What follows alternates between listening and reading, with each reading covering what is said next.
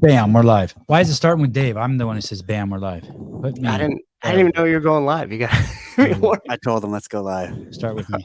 Dave's not too loud. Am I too loud in your ear, Dave?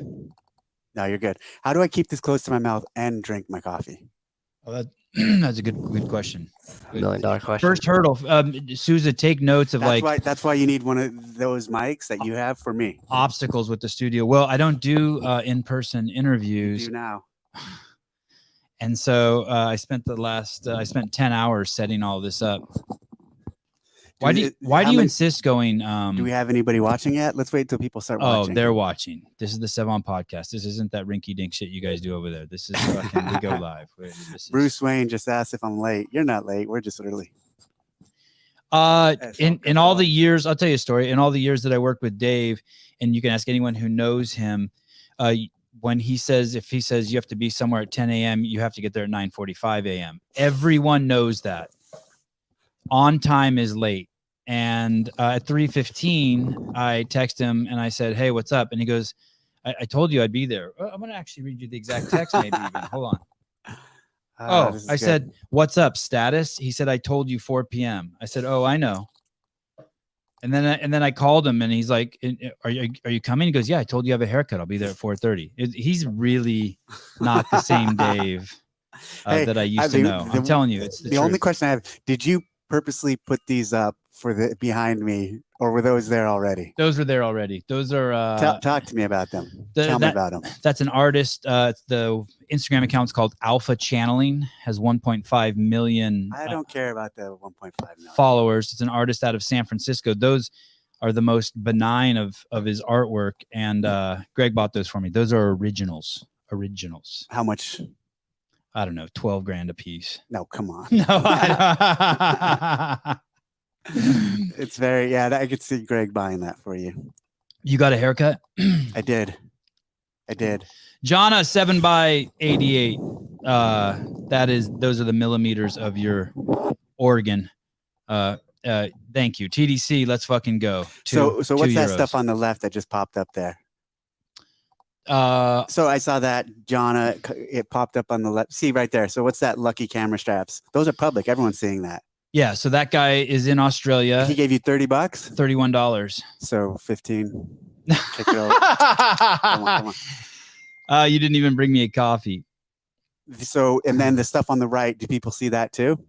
No. Yes. Those people are the two little camera angles. TDC with jacket on for quick exit. Yep. Hey, it's funny someone said that. I was actually thinking, because if we talk on the phone, when he gets off the phone, that's how it is. He'll ask me a question. I'll think, oh, this is important. And I'll be mid-story. I haven't even got to the, climax of the story yet. And he's like, wife just called me for dinner. Bye. And that's it. It's over. So how many people are watching right now? Like 10, 20? 152. Okay, that's good. Yeah, it is good. It's a good show. And we don't normally do a 4 p.m. show. Katie, thank you. Thrilled TDC is here. Thank you. Me too. I'm excited. I'm freaking out because we're I like person. So let's talk about that. Here's what I don't. Okay, that's better. Like, why am I looking at the screen and not looking at you? Because that's where the comments are. Okay. I want to be looking at you. I want you looking at me. Right. We're working on it. Okay. It's a work in progress. Work in progress. And over there, I was thinking about putting a TV screen. That would be cool. Yeah. Or, you could do too. Is Does that mean you're coming back? Let's just put a screen behind me so I could be looking at you and look at the comments, and a screen behind you and a screen behind me. Wow. Or I could have another screen on the table here. That's what Susan was thinking. True. Are you okay with that computer there? Yeah, I don't mind it. But if I was looking at you and then just looking past you. Let me give you a little tutorial. So the reason why we put a computer in front of you is if you wanted to, if someone asked you a question. Zombie, thank you for the money. If someone asked you a question and you wanted to pull up the question, what are you doing? You're not supposed to touch shit. Okay, yeah, you can touch that shit. Yeah, look at you, Wad Zombie. Look at you. See what we have there. If you wanted to pull up a question, Dave, you could click on any of those questions. What is this? This isn't real. It is feels no. Not real. What is it? Oh, Greg got mad at me for buying that. Let me see. It's a I might spend this whole show just going through your shit. It's a replica, and he told me, "Hey, you're crazy to buy a replica." It is definitely a replica. because if a cop sees that, Yeah, I mean, you'd get shot if you pull this yeah, out. I bought it for my kids. He's like, do not give that No, to this your isn't a kids. kid's toy. Yeah, well, what do I know? I don't know shit Not about much, parenting. apparently. Cool. Clydesdale Media, Scott Schweitzer, always good to hear from the Dave Castro. Sevan has lost. So look at that. Look at what are these? Here, practice this really quick, Dave. Yeah. Use the mouse pad and bring up that comment by Daniel Gertie. It's right below the yellow one, and click on it. So if you see a comment up there, So I want you to see what I see. Come here, and you'll see what I see. See, this is right in the way of that comment. oh, just click anywhere. Just click anywhere. Okay. That'll go away. Click it there, and that'll go away. Philip. Okay. It's great meeting at Diablo CrossFit when you announce your turn. Thanks, Philip. Oh, you missed Daniel Gertie's comment. It was Okay. Sevan's already lost. And then you can scroll back in the comments too. You can use 2 fingers to scroll, and you can scroll backwards. Question: did you beat Don at the Spartan race? I did, but I'm not going to claim it as a victory because he was running with his wife, and they did it together, and they didn't race. So, You're saying, but his wife's a track athlete. yeah, but they didn't run it that way. So she's a former track athlete. They just did it, and so but I went for it. I fucking pushed, and so but I don't claim the victory. He tried giving me the victory, but I'm not gonna. It's 0-0 still. It is. Yeah. I still need to beat him in a Spartan race. That was not. I did not beat him in a Spartan race. You guys are keeping score? I don't know if he is, but I sure the fuck am. How do you like having a fellow mill guy in the company? This is the first time in your 15 years working here where someone's senior than you as a military guy. Any issues with that? Alexis Raptis. Yeah. CrossFit Games athlete. She's coming. Is she coming on the show, Sousa? Soon? I don't know her. Emily. I know Emily Rolfe. Yep. There you go. She'll be on So is he Sunday. selling these things? Yeah, he sells those. Another Alexis Raptis. Rory Marlowe. God, I got to have you on more often. Is this the first of Gallon the Castro Couch Pepper. casting couch series? We'll see. I would not do an in-person This show. is your except, boy, right? Down Pepper. How do I know that name? Yeah, I like him. He's one of my boys. Yeah. No, but he's on your show a lot. He's been on a couple of times. Vellner. He's been on a lot. That's my boy. That's your boy. Why do you have so many duplicates? You love Pat Vellner. You can have that Pat Vellner Who's one. this one? That's the girl. Danielle Brandon. And then you got Jason Hopper. Jason Hopper. That's Matt's project. Matt Fraser's project. And Colton. He's your boy. Colton's my boy. So let me ask, who's the Wad Zombie? He makes these, right? Is this your sticker? That's for you. Oh, thank you. Hey, did you get one of these? Yeah, no, I don't know. I get so much shit. Yeah, I did from Chase. Yeah. What's the deal with these? He sells these, or what do you do with these? Yeah. What do you do, Wad Zombie? I think those are he said- 10. I think those are $10 each. Is he? He's on here, right? I thought I saw him. Yes. Someone already said, Sevan, you've lost control of the show. I want to tell you that is 100%. So here's True. the deal, guys. Go support Wad Zombie and pick these up if you're a fan of the sport. Pretty cool little cards. Do they come in this? They come. Did you see them wrapped in? Yeah, they come like that, wrapped in that plastic like that, and then with one of those little stands. The one, oh, he sent me stickers. That's what he sent me. He sent me stickers. He has your home address? No, to the ranch. Oh. Stop looking around at my shit, please. There he is, Wad Zombie. You're making me uncomfortable. Sevan, give him a shirt. Look at the Con Porter one. Oh, there it is. Yeah. that's good. Oh, That's good. Con Porter is. Look at this one. This Colton Merton sticker. That's amazing, right? That's sacrilege. Oh, that is crazy. Hold on, wait, what do we got? Yeah, there we go. That's funny. And here's the Con Porter one's almost. It's a little too. It's too much for me. It's too provocative. Like I want to like. Oh, I thought this was the other dude at first. I thought this was his partner, Newberry, because of the hair. Like when I Right. first looked at it, I thought it was James Newberry. James Newberry. Yeah, but you're right. It is just is Con's hair that long now? I think so. I think it's always been long. And look at Brian. Look, Brian Friend even got a sticker. If that, I dare you. Hold on, I'm gonna try. dare Is it you. it's a sticker, right? Yeah, I dare. Oh, that's the problem. I think the stickers that he sent me might have been a version 1 because I tried putting the Danielle Brandon sticker on my gun. You. On your ceiling. No, on my gun. Oh. And it wouldn't peel off like this. So Wad Zombie, I think the stickers you sent me weren't good stickers. How much is that jacket? I 400. don't remember. No, not that much. These guys are out of California. I know. It's expensive. Out of Davis. Hunting. I love this comment. Let me highlight. Can I click on it to highlight it? Yeah. Please. The only time Dave has looked up to Sevan. Yeah. So that someone was like, holy shit, the couch is, just so you know, Dave is 6 feet tall and I'm 5'5". That is for those of you who aren't good at math, that's a 7-inch difference. Let's talk about what's going on. Just in the world? No. Well, we can do that in a minute, but like just the format. Why this? So I used to work at CrossFit Inc. I had a podcast there for 100 episodes. I can't remember how long, just short of a year. Then I departed from CrossFit. I was let go. My position wasn't needed anymore. I think that was the exact words. And then I was 4 years. For what? Jan 4. Oh, yeah. Right. Hey, and it's been a year since you were laid off. That's crazy. Jan 4. The 1 year anniversary. Today is the 1 year anniversary. Welcome back. Cheers, buddy. Cheers. I'm coming back at my 4 year anniversary. Was that a text to me from Haley or to you? What do you mean? Did you just see a text pop across your screen? I just did. Oh, that's fucked up. You can see my text. That is fucked up. I think it was to me. You look handsome. It's fucked up. Let me check that was to me, wasn't it? That is. Hey, Souza, come here a second. Are you the executive fucking producer of the show? Put that on the checklist. Turn off your fucking iMessage, motherfucker.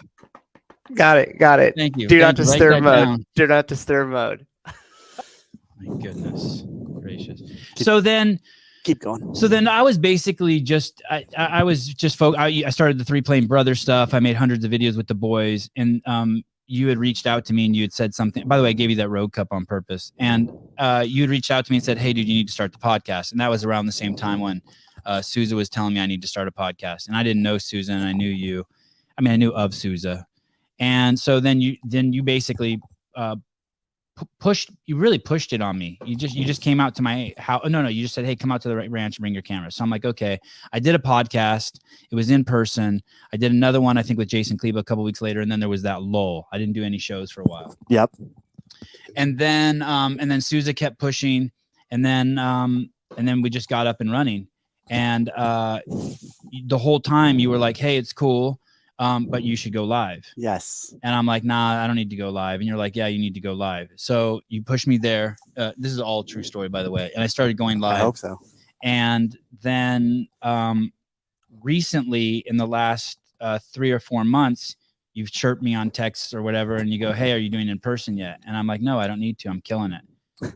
And you're like, I think that then recently, about a week ago, you said something to me along the lines like, hey, I know you're not lazy, but you're clearly scared. And I think that was scared might not be accurate, but I was definitely out of my, I didn't want to get out of my comfort zone. For sure. Correct. And so then you're like, I'll come on the show. I'm like, awesome. And I scheduled it. And then you're like, but in person only. Yep. And I looked, I'm like, fuck, he hasn't been on in 7 months. So then I was like, fuck it. I'm going to try it. And here we are. So I did that. I decided to come on the show. I hope you're not going to start telling me I need to be shirtless or anything really fucked up. To play your hand to make you do this in person. Yeah. I think this is the next evolution of your show and what you should be striving for. This setup is okay. Yeah. We could do some work on it, but just the design needs to be fixed, right? You're not going to be able to. Yeah. I'm not worried about that. I think we need to work on this. What do you mean? Especially me being lower than you. Okay. Tell me some things that we could fix that wouldn't be too expensive.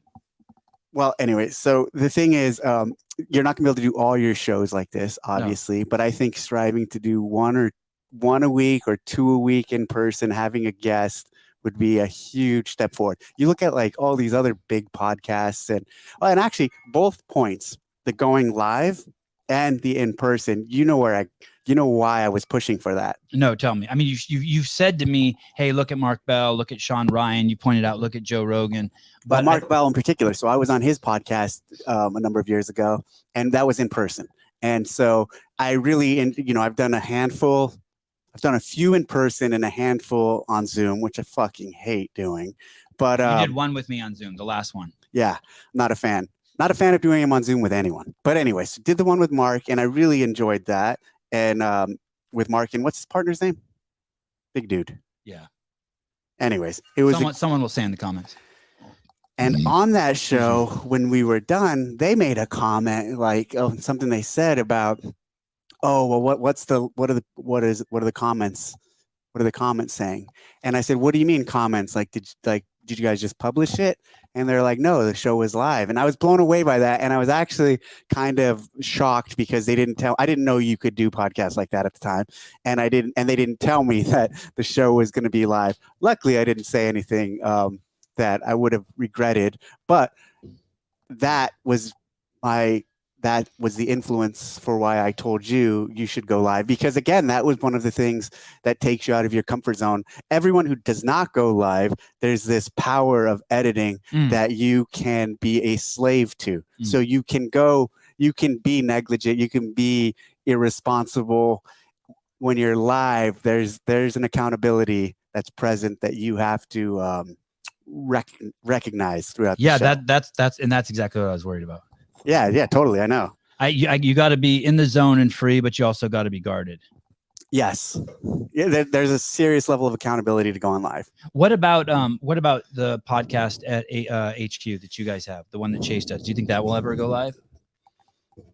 Like, do you think that in the corporate environment, like obviously Joe Rogan only has to answer himself. I only have to answer myself. Mark Bell only has to answer himself.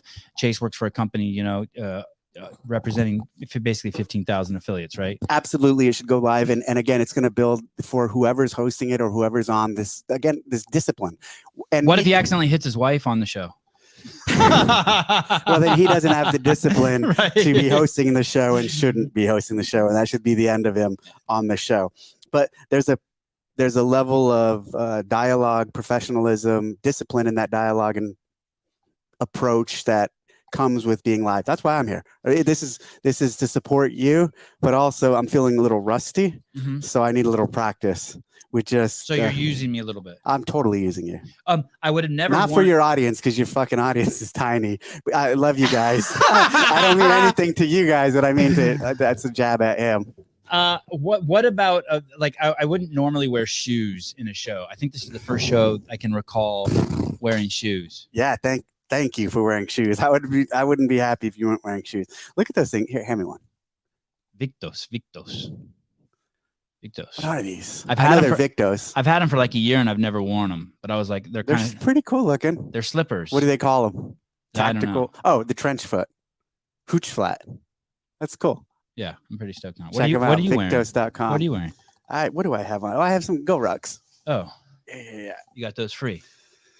I don't think I've paid for a CrossFit shoe. That's a CrossFit shoe? Ever. That's a CrossFit shoe? Ever.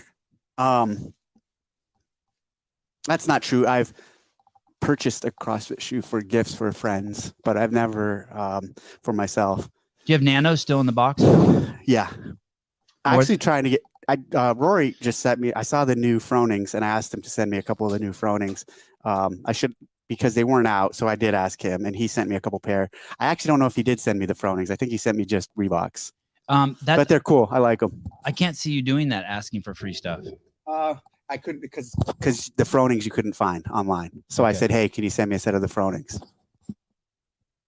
When's the last time you talked to Rich? About a week ago. Well, a week and a half, 2 weeks ago. He needs to get back to me. Actually, I asked him for a favor. What's that? To come with me to a certain event. A shooting event? Not a shooting event, an Army event. Oh, I wanted to ask you about the Army. What's going on with CrossFit in the Army? I know a few months ago you guys announced that if you're in the Army and is that you or me? That's me. I know you guys announced a few months ago that if you're in the Army, you can get your the Army will pay for your level 1. Yes, that's a program called Army Ignited, and basically it was a way for soldiers who were interested in level 1 to have the Army pay for it. So anyone in the Army can take the level 1. They can apply for it, take the level 1, and the U.S. Army will pay for it. But they have to work through this Army Ignited program to get, and I think there's been some obstacles with it. Typical big programs like that. Well, we had a bunch of listeners say that it was no problem and they did it in our small little audience. It's a great initiative. I really hope and wish we can scale that across all branches of the military, have something similar for the Navy, Air Force. Why Army? You're a Navy guy. Why wouldn't the Navy pick it up? I didn't set that up. What's that? You didn't set it up. What? That was an initiative that I think I wasn't even around when they started working on it, and the training team made that happen. I don't know the history behind it, but super cool. It's a good program. Wish we had the same thing for all branches. Corey, hi. Hey, everybody. Hey, Dave. Good to see you. Hey, Corey. We have call-ins on this? Yeah, bro. I didn't think that was in the contract. Go Corey, ahead. You have some balls calling in. Just doing what I do. Yep. So I have a suggestion for, the podcast, Sevan Podcast 2.0. If you're talking about doing live call-ins and bringing people in, why can't you rent out a space? I mean, because I have a business at my house, but one concern has always been bringing strangers to my home. So I like the idea of face-to-face podcast interviews, but could you potentially rent out a space? Is this Dave saying he wants to partner with you and go in on renting out a space so you can bring in live guests? Dave? This is not Dave saying he wants to partner with Sevan and go in on his space. Before we would do that, we'd go to the ranch. Right. Yeah. So if we needed a space, we could use the ranch before partnering. But this isn't also a we thing. This is Sevan's thing. I kind of just giving him a little kick to do this format. We'll push down the hill. This room is just adjacent to my house. Basically, that wall behind me right there shares with the kids' jiu-jitsu room, playroom. So I like being here if it's only one day a week. That being said, California Hormones has offered me to build me out a studio to do live shows if I move to Newport. It's the endless support that we've gotten from California Hormones. Michael C., the new camera angles look like soft porn studio. Hey, this is all stuff I just had around. Like, that's just an old web camera. Susan told you guys last week, it's like a Radio Shack in here. It is like a Radio Shack in here. You nailed the lighting. Thank you. Yeah, you nailed the lighting. That's Thank about it. But tell me about Newport and your podcast. You gonna leave us? No, I don't know. You should. Fucking fly, little birdie, fly. How far do you live from me? I always tell people you live 11 miles south of me. I would say 25 to 30 minutes south of you. I wouldn't say it in miles. Okay. Thank you, Corey, for hanging up on yourself. I appreciate it. Thank you. It's been 7 or 8 months since you've been on the show. Has it been that long? Yeah, June of 2022. I really don't like doing these. The podcast. Yeah, in general, not yours, just in general. So when you committed to it, then afterwards on the way here, you were like, "Oh fuck, I'd rather just go home and just hang out with my kids and my family." No, not for this one, because I committed to it, and this is a win. You doing this in person, that was the goal, and this really accelerated that happening. If I wouldn't have said, "Hey, I'll do it with you this week," and only if we do it in person, you wouldn't have done this for another 2 months. 2 months? 2 years. Can you pull up this first clip here, Mr. Souza? The not the YouTube video, but the Instagram clip. Oh, that's the one. That's the clip. That's the clip from that was our last podcast. Yeah, you can go ahead and pull that up. That's Dave. I don't know where he was at there. The ranch. Look at this guy, Luis Lemos.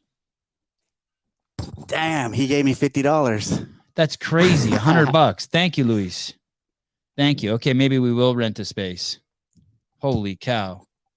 Austin Hartman, I've got plenty of room at my house for 5 Matosians. You're a good dude. So here's the last time Dave was on. That's where he's due. Is that the exact place you sit for the Dave Castro Weekly Review? Yeah, I bounced from that position to one that's about 4 or 5 feet over. How's that going? You enjoying doing that? Yeah, it's kind of like this. It's that one's more about the discipline of doing it and more about forcing myself to get out there. That's also why I'm doing this. Just kind of like, again, I told you I wanted to practice. I don't do this that often. So I wanted to just take me out of my comfort zone and practice. Well, you seem pretty comfortable. You've taken over the show. Oh, you want me to show Dave the intro? I'll show Dave the intro to my commercial in a second. We'll get there. Thank you for the reminder. If I forget to show him, Kenneth, let me know. And then I wanted to show you this. Go back to like the old days. I saw that they played Nasty Girls on .com the other day. That's cool. Do you remember do you remember the first time you saw this? Were you doing CrossFit yet when you saw this? when I saw that, I was not doing CrossFit. You got to remember when I started, I was introduced to CrossFit by Mark Twight on a climbing trip to Yosemite. And on that trip, I had read Mark Twait's books, Extreme Alpinism, and I think what was the other one? I forgot, but Extreme Alpinism. And at the time, it was like the training guide for that type of climbing, for lightweight alpinism, which I was a big climber, and I related that to the type of stuff we were doing in Afghanistan, having to be light and move quickly. And so as a climber and as a sailor, soldier, I really took to his training methods and methodology. And everything he wrote about, Sousa, pull up Extreme Alpinism, Google it and like show it. Everything he talked about in that book was LSD training, long, slow distance. He would go for 2-hour hikes, 2-hour runs, 4-hour bike rides. And so I was like, okay, this is the way I have to train for this stuff. He is an icon in the climbing world. And I was big into climbing. So I set up a climbing trip to Yosemite with our team. And when you say your team, what do you mean? Yeah, that's the book right there. The team I was working with, the team I was on, the group of climbers that represented our group. And were you in the military at this time? Yeah. So I set up a trip to Yosemite, and Mark, he brought out this world-class fucking list of a who's who of alpinists at the time. Vince Anderson, Steve House. Actually, Vince and Steve were on the trip to Mount Hood. Rolando Garabote. Who else? Just this who's who of climbers. And so I was, as a massive climbing fan, just blown away. Anyway, so we were climbing in Yosemite. We'd go out. I was paired up with Rolando, and we would do some ascents. We'd come back to this cabin in the evening, and I remember this, and I said to Mark, I said, hey, so talk to me about your training in extreme alpinism and the LSD stuff and how you approach it. And I'll never forget this because it's changed my life. He says, I don't do that anymore. I go, what do you do? And he goes, I do CrossFit. And I go, well, what the fuck's CrossFit? And he goes, CrossFit's this program of high intensity movements that Greg Glassman out of Santa Cruz created. And it has barbell and pull-ups. And he started talking all this stuff. And I was like, wow. Were you tripping that it was Santa Cruz and you were so close to it? Well, at the time I was stationed in Virginia, but we were in Yosemite. That didn't register at all. But Mark is not a big dude. So Mark is a little guy. I don't know. He's probably 5'6", 5'7", 145, 150. I could be wrong. And I was like, I'm a small guy relative to all the people I ran with at the time. Like I was a small SEAL, 6 foot tall, 170, probably at the time, 175, since I was really into climbing and endurance stuff. And so I couldn't picture myself being any smaller. I saw Mark Twight as this representation of CrossFit at that time because he was the one who introduced it to me. So I was very skeptical of it. And I'm like, all right, well, that's cool. But that's probably, yeah, there's a picture of Mark. Oh, click on that one. Yeah, right there. Yeah. So I don't know how big the dude is on the right. He looks fucking big. What's that dude's name? That's Aquaman. Yeah, it's Aquaman. But anyways, so then I went back after that trip and started researching and studying CrossFit. And for like the next 4, 5, 6 months, I never tried CrossFit, but I watched all the videos, read the journal, just immersed myself in educating myself on the world of CrossFit. And so when I saw that video, it was for sure prior to me having done CrossFit. Do you remember the impact it had on you? Yeah. I mean, I was blown away because at the time, the muscle ups I couldn't do. The what else did it? The air squats were so fast. The cleans, didn't think much of that. But you know, it's interesting. I'll say I didn't think much of that. I knew no Olympic lifts. Right. And in the military, nobody was doing this shit. No, at that time, at least with all the people I was ever around, you were either doing bodybuilding stuff or endurance stuff. Like triathlete stuff. Yeah, but very few guys were doing Olympic lifting or powerlifting. There was a handful, but this style of training definitely wasn't popular. So, yeah, it's cool. Well, it's cool to see it back on the front end. And this video, obviously, I think this was a hugely impactful video, maybe one of the most impactful ever. Someone just said, Dave, what's your view on Dave Goggins? So a few days ago, someone on my weekend review on my YouTube channel said, what did they say? Well, let me even back up. Yeah, I got it in here too. A week ago, Goggins was on Rogan, and Goggins said that there was a SEAL who was attacking him and claiming he hadn't done anything, hadn't deployed, hadn't been to combat, and all this other stuff. He doesn't really say who it was. I don't know who it was. Someone told me about that because I don't watch Rogan and I don't watch the Goggins stuff, but someone told me that was going on. And then a few days later, someone on my page commented and said, hey, I'm pretty sure this is the dude talking about me that Goggins is talking about, who was talking shit about him, who had to sue it, who he sued. So Goggins ended up apparently suing this guy for defamation at the time. But I think he dropped the suit. And so I on my week in review, I said, and I'll say it here because your audience is probably very different than my week in review audience. That is not fucking me. I didn't go after Goggins. Actually, there's a project that I did. I worked with Goggins while I was in Coronado for a few years. We did a project. He was doing his running stuff for the Navy. I was teaching tactics and instructing new students. And they brought it, and I was also working for CrossFit at the time, and they brought us together for a project. And we did a fitness project actually for the SEAL teams. I looked for that video. I saw Susan somewhere in the notes. There's a link to the YouTube video where you're doing the fitness program, like you're doing GHDs and stuff. Yeah, that one, those. But I didn't see Goggins in there. Someone said it was Josh Bridges. Josh wouldn't do that. But you know what that person just did? What? And that person, so that this dude, Case and D, did this to Josh, and the person who did it to me, there's very few public SEALs, right? So like of all the SEALs that are kind of in the public sphere of things, it's easy to pin something like that on one of us. Right. Yeah, I saw someone somewhere. Is that okay that someone said that? Did he? Look at that shit. What? Oh, yeah. Here we go. Who's that guy you're with? Was Dana DeCosta. Yeah, he was my OIC. He was your what? Officer in charge. Look at that shit. Look at, I was fucking training machine back then too. You sure were. Hey, and this is after you've already been introduced to CrossFit at this point. Overhead squats.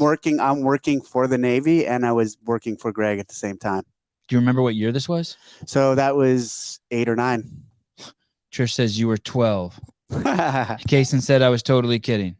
I know you were, but I was just trying to send a point home with that. I know that. Well, I don't know if Goggins has written any books on his military experience, but that's not something you're a big fan of. I am generally speaking not a fan of talking about a lot of the things we did in our past. Correct. But you have softened a little bit about it. I will talk about what I was, what I did, but I don't talk about details. Maybe to friends and family. Sometimes, not often, but definitely not public. I think there's one of the faults of this platform of podcasts, of this type of dialogue in general, is people kind of take this non-filter view of things that they shouldn't have any filter. And I totally recognize that there's absolutely a filter when here, and there's some stuff you might ask me later that I'm going to filter or that I'm going to not respond to. And that's the type of restraint and discipline that I'm practicing by being on this, and that I think others should practice. And for me, part of that restraint and discipline really goes to what I did in the military. Those are special moments in time with special people that I would be betraying a lot of them. What does that mean? Betray them. What does that mean? A lot of my teammates would turn their back on me, former teammates, or not really support if I was telling or talking about a lot of the things I did or we did. Any of your teammates go on podcasts and tell stories that included you? No. Interesting. And not that I know of, but again, you got to remember, I also don't watch podcasts, but right. Well, you'd know someone. I would know. Someone send you a link. I was thinking about that the other day. Since I've known you, I think I've only heard 2 or 3 stories from you about things that happened while you were. So I mean, you got to really understand, like, and none of them were public. It was just like us driving phase or that period of my life. I was in the Navy for 12 years, and I would still be in the Navy. I'd be retiring right now, or maybe in the next few years, if it wasn't for CrossFit. If I was still alive, if I stayed in. You did 12 years. I did 12 years. and I got out in 09. So I'd be like 23 or something like that right now. I was going to do that for the rest of my life. And if it wasn't for CrossFit and this opportunity that Greg gave me, I would have done that for the rest of my life. I loved that job. I love that community. That was formative of who I am now, of what I've become, even with CrossFit. And so that period is very special to me. Those men and people I served with are very special to me. And I don't want to compromise that. And so like, there's a reunion that one of my groups we have every year, and I'm still invited to it. And like there, even guys say, hey, thank you for not being so vocal or not going the route that so many other guys do. And that means a lot to me. And that means the world to me. 2 questions. When you were let go from CrossFit, did it pop in your head, shit, I should have stayed in the military? 1 year ago today. Yeah, 1 year ago today. Right, when I was let go from CrossFit. Did you ever I actually texted one of my former team members who is now a team leader and said, hey, I'm jobless. You need a shooter? No shit. Yeah. Were you serious? I was jokingly serious. Yes. Right. Like just kind of like, I don't fuck. think I don't. They couldn't let me do that now. No. And when you say a shooter, what does that mean? A sniper? No, just a guy on the team. Just a guy. And when you talk about this reunion, are there guys who aren't invited back because they have kind of overstepped the bounds of the code? For sure. No shit. For sure. Like in your mind. Thank you for your service, TDC, but also grateful for Greg finding you to grow CrossFit. I'll even take that a step forward. I say, and I claim Greg saved my life, because at that point I would have stayed in and I would have done another 8 years. In 8 years in the line of work we were doing, I could have died 2 or 3 times over. So it's more than Greg being grateful to Greg. I think Greg, he really saved my life and changed my life and put it on a safer career path. But again, if it wasn't for Greg and CrossFit, I would have still been doing it. I would have been in the Navy for sure. And even if you would have lived, you could have been in worse mental health than you're already in. Correct. Did he ever talk to you like that? Did he ever say, hey, Dave, you should get out. You're in a dangerous line of work. Did he ever? He didn't say it like that, but he had so much compassion and understanding for guys like us or guys in the military. And he really did feel that. And I could feel that of him. Like even when he was talking to me about it, he really wanted to give me an opportunity to let me have the chance to get out and do something that I could also change the world with. I mean, the impact we had, and that's the thing too. So I was working for Greg full time from 6-7 to, I was also active duty 6-7, and I was active duty till 9. So I got out in 2009. And so from 6-7 to 2009, take a snapshot of where CrossFit was at the time. By that point, we'd already had 3 games. Affiliates were growing. Everything was growing, and it was clear we were making a difference in the world and would continue to make a difference in the world. So getting out for me ended up being a no-brainer. I've always wanted to know this. So in 2000, just for whatever it's worth. So from 2007 to 2008, we weren't friends. We both worked for the company. And if we were like in the same room, we didn't talk to each other.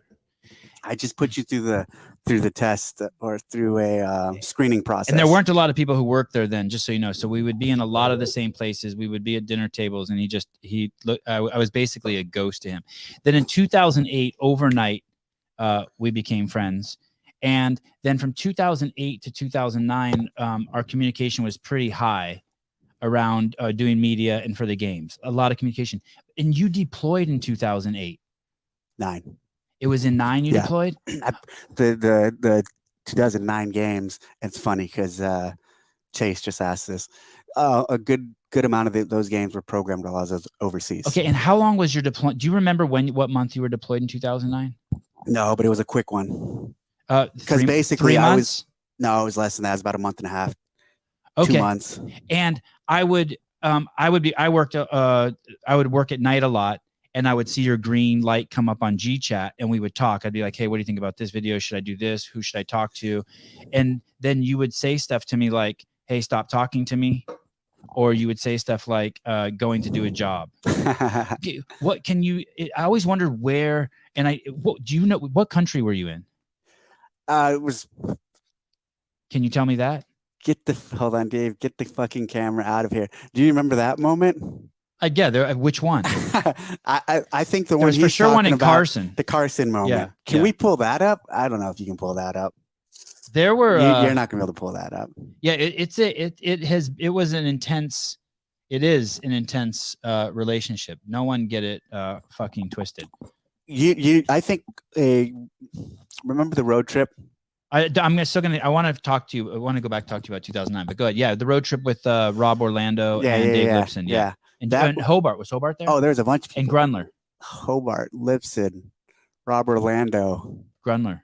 Yeah, because remember Grunler Grunler was we stopped and saw him in slow. Right. He was the one. He did the best fighting in the fight group.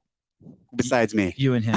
You and him when you had to fight at the pit. Yeah, you guys did the best. What about that? Who did the worst? I don't want to say. Lipson? No. Oh yeah. I know what you're gonna say. I love that guy. Let's go next question. So going back to 2009, what country were you in? I'm not gonna answer that. Okay.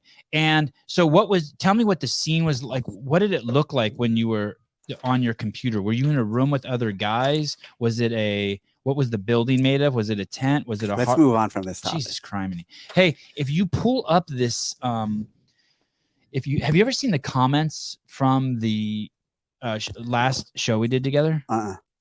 People are just hating on me. Why? They're saying, hey, leave him alone. He doesn't want to talk about it. Leave him alone. He doesn't want to talk about it. So that's why when I say I don't want to talk about it, you move on. They're just mashing. That's funny. It's like, come on, guys. Clearly doesn't want to talk about it. Learn how to do an interview. How about go fuck yourself? You're at let me give you a hard question here. You're at CrossFit Inc. Yes. You were there in the early years. Would you say that we had a very low turnover rate? Yeah, for sure. And there was almost this unhealthy, you can't get fired attitude, correct? Yes, for sure. And now, and then when Greg still owned the company, when Greg still owned the company, he brought in a CEO, right? Yeah. What's your Instagram? At Sevan Rinsta. Don't even try. Okay, go on. And then Greg, in 2018, Greg brought in a new CEO. And when you and I were talking, you'd be like, hey, brace yourself. Don't be surprised if that guy just starts cleaning house, right? Yeah. And he did. Sevan Rinsta? Rinsta. SEVAN RINSTA. Gotcha. Can you tag me? Yeah. Oh, give me a little tag. Okay. And we so basically we saw basically a mass slaughter, right? Not right away. But between 2018 and 2020, when Greg, we saw more people fired in probably in a 6-month period than we saw previously in the previous 12 years. Yeah.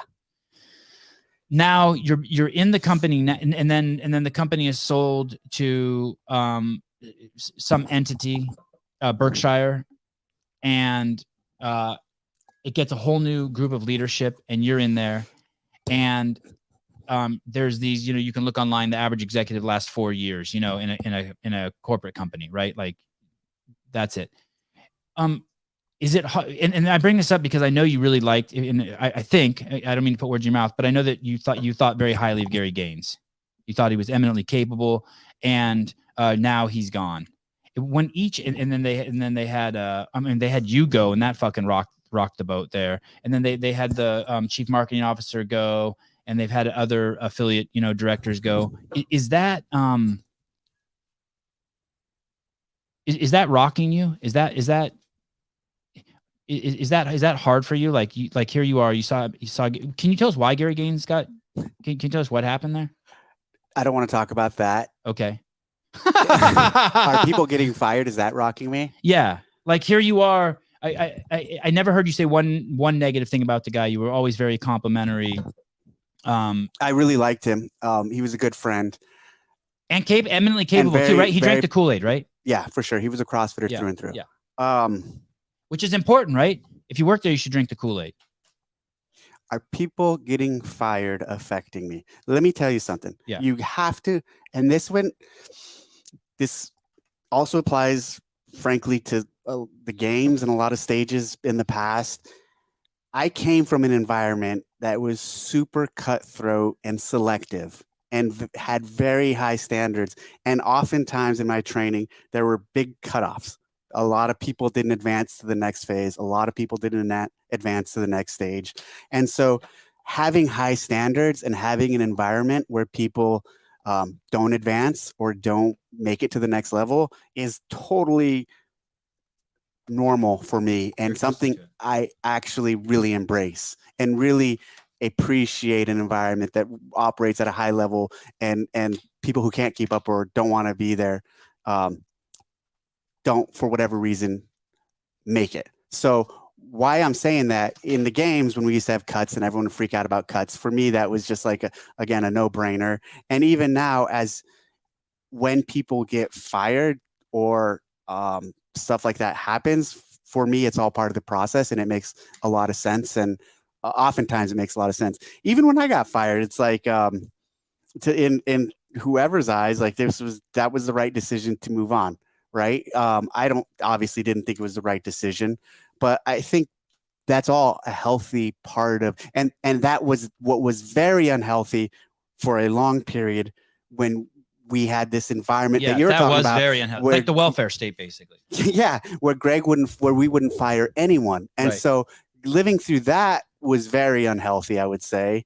And then actually once Jeff or Greg, whoever, decided Bruce to start firing people, as hard as it was on the team and on those people, it made sense. It was necessary. No, it didn't. You weren't fired at that point. It didn't make sense in terms of. But I was saved as part of a welfare state. They should have fired me back then too. Didn't make sense for the objectives and goals of CrossFit in the long term at the time. Right. In their eyes as leaders, and for the reasons they were doing, it made sense. Okay. Okay. What is your position there? Do you have a title there? So growth, working closely with Dave Castro, Director of Growth. No, I'm not even gonna call it that. Okay. I'm working across the company with a lot of the other teams on initiatives they have to support growth of CrossFit, growing new members, getting more people interested in the I have some ideas for you. We can maybe talk about after the podcast. And so kind of working as a coordinator, advisor, kind of working across the different teams and staying engaged. Are you staying engaged? Yeah. And do you work with all the teams? Not all of them, but a lot of them. Okay. Oh, and what's your relationship? So when you were there, you were when I was there, you were the director of the games and you were the co-director of training with the great Nicole Carroll. Yes, correct.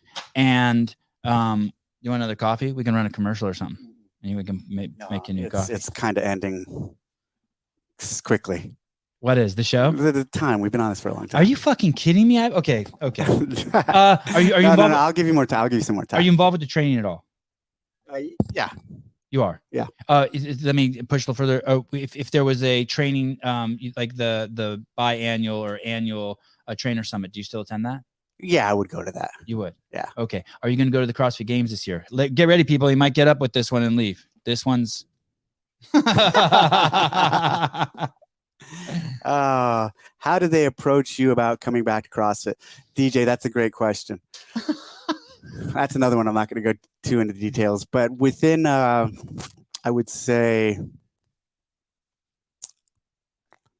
3 to 4 weeks after this date last year, it was pretty clear that I was going to come back. How often? How much longer? 3 to 4 months? 3 to 4 weeks. Oh, after getting laid off. Yeah. You thought, hey, was that weird coming back? And if there was some weirdness in the re-entry, is it all gone? Do you feel totally assimilated again? It was a little awkward coming back. Not there. Like you're the kid who got pulled out of school because your dad beat you and you had a broken leg and a black eye and then they brought you back.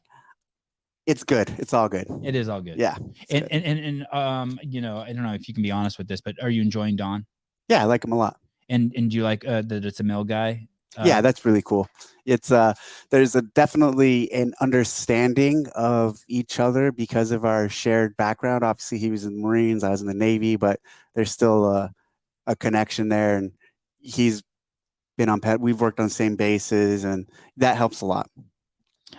There is a new what it looks I can like. talk shit to him, and you like, can. yeah, and on that level of just like, hey, you know, that type of banter, just going back and forth about working out and shit like that. That I feel comfortable with. Did you do that a lot with Greg? No. Do you talk to Greg much? Yeah, I talked to him a couple weeks ago. What did we talk about? And then before then, how long it had been? Well, I saw him here when Do you talk to him once a month? Probably more than once a month. I probably talk to him more now than when I fucking worked for him. Word. Yeah, I could see that. I understand. What it looks like is happening on the front end is there is a new campaign being launched called The Magic of CrossFit. Mm-hmm. What can you tell us about that? Is that going to be the theme for 2023? I don't think it's going to be the theme for the entire year, but I think what we should see from that is, from that team and from CrossFit in general and from this leadership, is a recommitment to creating content like that. When have we seen anything like that in the past couple of years from CrossFit? Well, have we? No, well, I don't. I mean, I don't know. I haven't looked you fucking look at everything. I haven't looked at everything, but I will say this. Look closely. Souza, fucking smack him around. Tell him, don't act coy. He knows. You watch every piece of content we put out. I am thoroughly 99.9.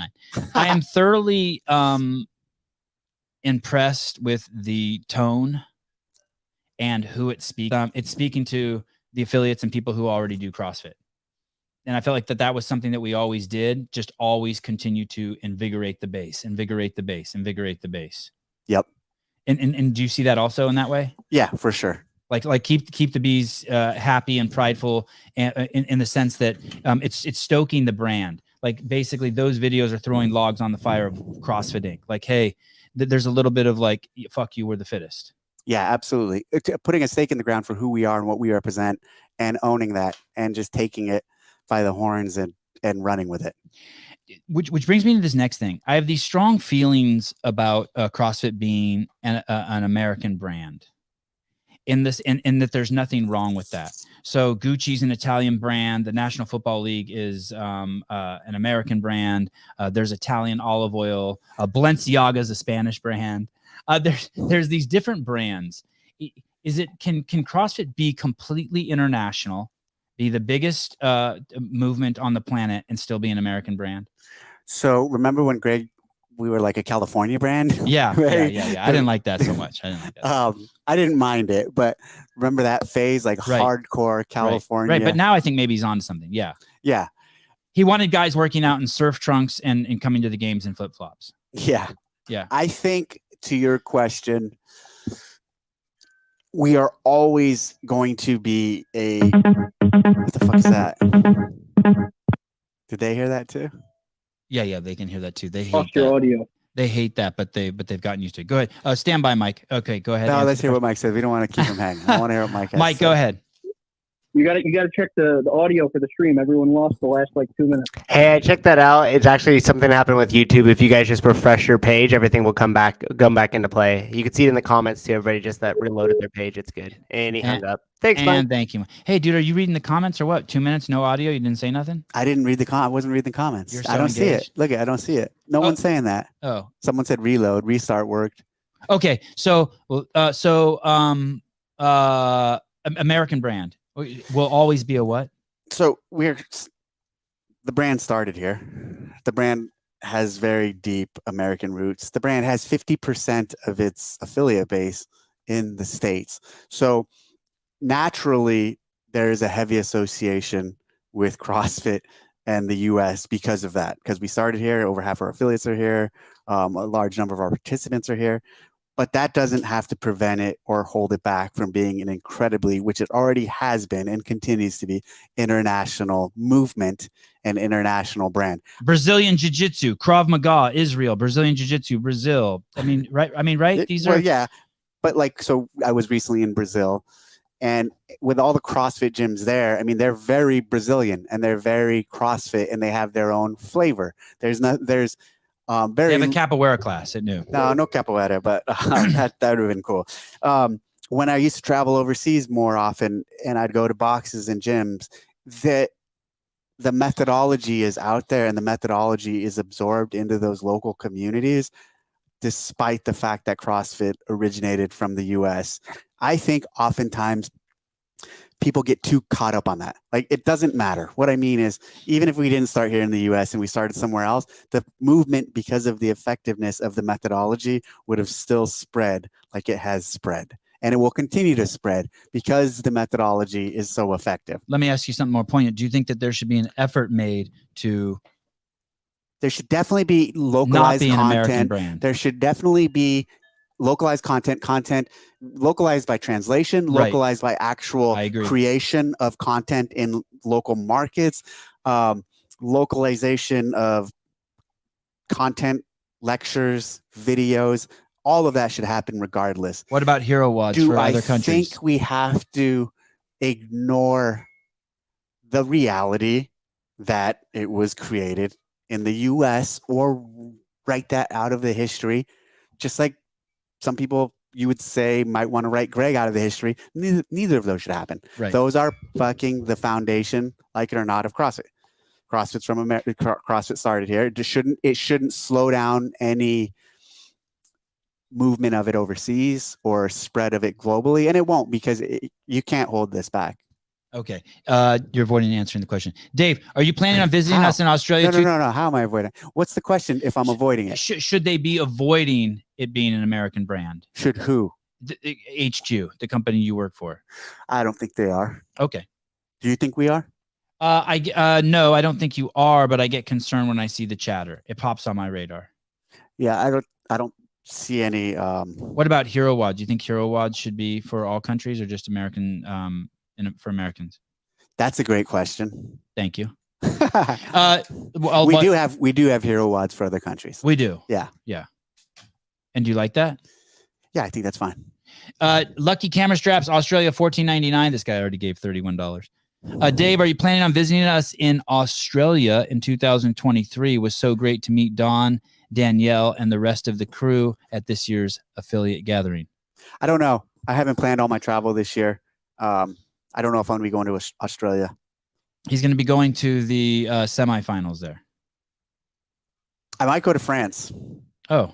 Daniel's really pounding on me to go out to France. If I do a France trip, I'll also go out to UK. I did a whole show on Daniel Chaffee's character. How was it? It was good. I gave him an A. I gave him an A. I gave him and Stefan Rocher an A. There was a post, and this is kind of what started this, going back to the brand thing, where there was, I think, a hero wad. I think I have a link to it, maybe, Souza. And the second comment was, "Hey, can we drop the mill stuff? This is a fitness company." And I just totally disagree with that. I think the base is first responders and military, and I think that a ton of brand value comes from that. That, you know, it is the supplemental training for the martial arts. It is the supplemental training for people whose lives depend on their fitness. Sorry, I was reading the bio on Danielle. Yeah. I have the grippers over there so you could fidget. And here we go. Let me read this comment to you. And what's interesting is the guy got slapped around in the comments afterwards for saying this. Can you go to comment number 2, Souza? Maybe just scroll down a little bit.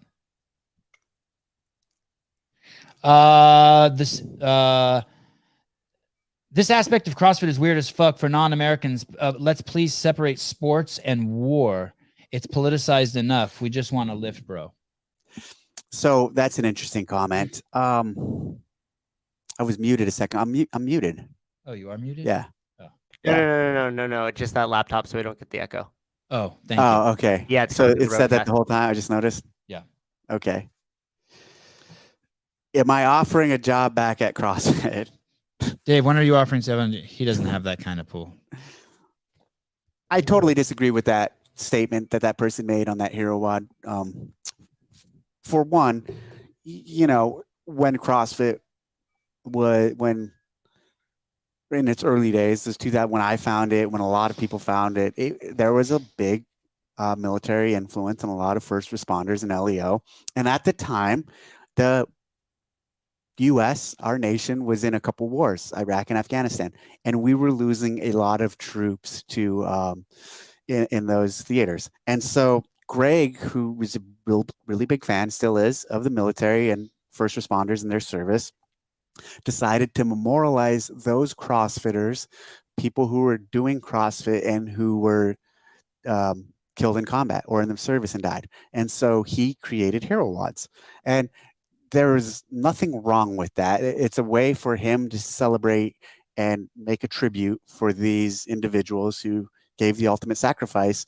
And it's part of who CrossFit was at that time and still is. And you think about these Hero Wads and think about what they've done for those individuals in terms of making them known and their stories out there. You could name 3 Hero Wads. Say one. Murph. You would never have known who Murph was Absolutely if it wasn't for that workout. Absolutely not. And now every community in the world is, even though it started at CrossFit, is trying to take ownership of it. Chad, same thing for Chad. Everyone was that? I thought you just posted that on your account. That's an official Hero Wad. Yeah, I did do that, but actually, it's official enough now. Let's call it that. Okay, I don't know if it's an official CrossFit one or not. It is basically now. Right. Okay. But there's a number of, and you know what's crazy, especially during that time, there are like 6 or 7 Hero Wads that I programmed with Greg that were friends of mine, teammates. Wow. Yeah, and so to me, the Hero Wads mean a lot, and that aspect of it is a very important part of our history. That it's celebrating CrossFitters who paid the ultimate price. I just think of it even from a more shallow perspective. Like, it's really good for the brand. Whether you're pro-military or not, when you think of the fact that there's a movement that's embraced by soldiers or by firefighters or by police officers or by martial artists, I think it's just absolutely amazing for the brand, because those of us who don't do it then can at least be like, yeah, we work out as hard as SEALs, even though we hate all those guys. That's kind of a different point. Yeah. I mean, that was my point. You took it the other way. Okay. And do you agree with that it's good for the brand value, hardship? I don't think of it in terms of like, I'm thinking about, you're talking about the Hero Wads again. Not even the hero. What do you see? Now I'm confused. So basically what I'm saying is that this guy's saying we should separate it from sport and fitness. But this is more than just fitness. This is a movement. This is a community. This is something more powerful than just fitness. Fitness is going to Gold's Gym and standing in the corner of the room doing bicep curls and working out alone, or getting on the treadmill and putting your headset on and doing your own thing. That's not CrossFit. CrossFit is shared suffering in high intensity workouts with your friends and family, and it builds a community and bond. What do you think about the state of the community? Is it in a good place? What do you mean by that? Let's dive into that a little. Is it starting to pour? I don't know, but that would be crazy if my street flooded and you got stuck here for the night. I'd love that. Dave, who do you consider the GOAT, Rich or Matt? Oh, come on. You know the answer. Rich, for sure. Mike, the sauce. Rich Froning, for sure. Meaning people are still proud to wear the CrossFit shirts? Let me tell you why Rich. There's this era of athlete that was pretty much maybe after him became very rare. And that was this trainer, this affiliate owner, this athlete who was all in on all things CrossFit. And Rich was the essence of that. He was even on the level 1 training team. He wore a red shirt.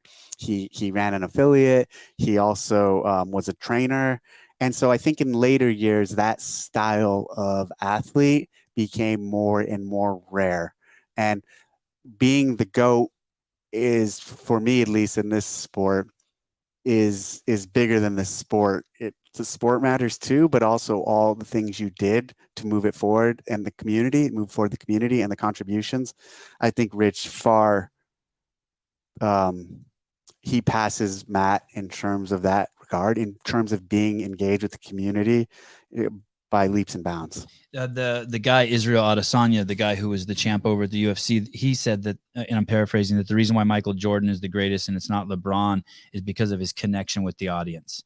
That what he did not only made him a great basketball player, but he connected with the audience. And that's what you're kind of saying. I think about Rich. He connected with the whole fucking community on every level. Taught L1s, Yep. was a trainer, owned an affiliate, won the games, now doing teams, doing the charity events, Yep. hosting competitions. Yep. It's like it just never ends. Yep. Absolutely. Doing hair planting commercials. He does it fucking all. Diversified. Yeah, he's diversified. He's coming on the show Friday. Is he really? Yeah. I'm gonna send you a link so you can surprise him. No, ask him if he's going to come out to Georgia with me. I'll ask him. You want to see? I want you to see my. I'm starting my own. I've made a couple commercials, an affiliate commercial and a level 1 commercial. Have you seen those? Yeah, let me see him. I'm not going to show them the commercials right now, but I saw the magic of CrossFit, so we've actually Can created. people just call in on their own? Yeah. See the number going around on the bottom. That's sad how few people actually are. Oh, shut it! in. Shut it! Then no one ever They're just called me. afraid. Yeah, they're just intimidated by you. This is a record. Caller, hi. Hey, Sevan, it's PC. It's Patrick. Oh, hey, what's up, Mr. Clark? Hey, how you doing? Hey, be nice to question for Dave. I know you're a real journalist. You be nice to Dave. Don't be don't get crazy. Don't get crazy. I've always been nice to Dave. Okay. Dave's one of my favorite. I'm in the service too, so I gotta keep it easy on him. Patrick Clark from Barbend, people. Patrick Clark from Barbend over here on the Sevan Podcast. Honored to have you. What do you do? I didn't know you were in the service. A Army National Guard, 28 years now. So Very cool. Thank you for your service. Oh no, thank you. Hey, actually, I've always wanted to ask you. Do you remember a guy named Marcus Capone? Very well. Okay, me and Marcus are pretty good friends. We played football together in college. So No shit. He was a quarterback, right? yes, he was. He was a quarterback at Southern Illinois. He's a good guy. He's doing good things now. He's doing great things now. He's actually out there. He's making a difference. Yes, he is. His program, what's it called? Because you should look him up. People should look him up. Yeah. Oh, definitely. I forget. Google Marcus Capone, Matt Souza. He's like the All-American. He was 6'5", quarterback in college. See, you should ask him to come on your podcast. Marcus Capone. Yes, Yeah. he would. I can hook it up, Sevan. He's a good guy. Thank you. Yeah, and his wife is amazing too. He ended up dating and marrying the coach's daughter. What was he in the military? Yeah. That's Marcus. Yeah, That's Marcus and Amber. Okay. Yeah. And was he? Yeah. Was he? A So he's CEO? getting Is that out how and you know? working with programs for guys with PTSD and stuff like that. What's it called? What's this where you go to do the? You surf, He's no arms, no advocating- legs. He advocates for medicinal marijuana and other drugs to be used for veterans assistance and care and recovery, and it's just a real cool thing. I mean, he's a big proponent of that.